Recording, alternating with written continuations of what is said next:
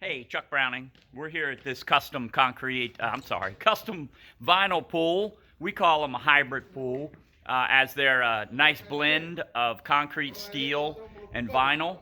So it's a product that when we have a tight backyard, it's easy to build. We bring every piece in, piece by piece, and assemble it on site. So it works well in those situations. It's also a very efficient build, a larger pool. The price doesn't change as significantly with the vinyl product. So in a large pool like this one, where we have a big 20 by 40, we've got some seating in the deep end, we've got some seating and benching and steps in the shallow end entry area. This makes a great pool for that. We're putting a true coping on it. So you see the brick, that's today's task. So we're putting on a paver bull nose. And a bull nose is that front detail right there. See how it's rounded?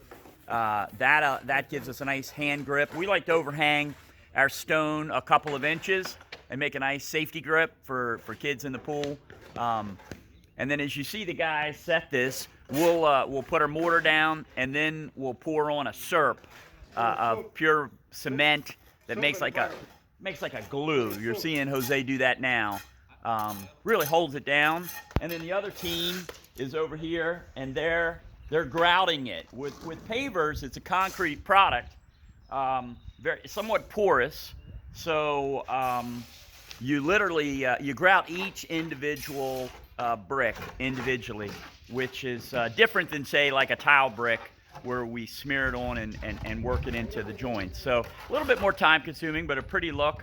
We like to do a concrete base under our paver patios, and that's partly because of the construction of a swimming pool. A swimming pool has a lot of trench work, a lot of plumbing, leaving the shell and heading back to the system, electrical work as well. So when you have that many holes around the swimming pool structure, it's difficult to get an even compaction of the base. So the concrete makes a nice bridge so that our pavers will go over top of that and not have any odd settlement in between. We don't want it to look like a Williamsburg patio. We want it to look perfectly flat when we're done, so that chairs, lounge chairs, tables, don't rock or move. Anyway, Chuck Browning at this backyard till we meet in yours.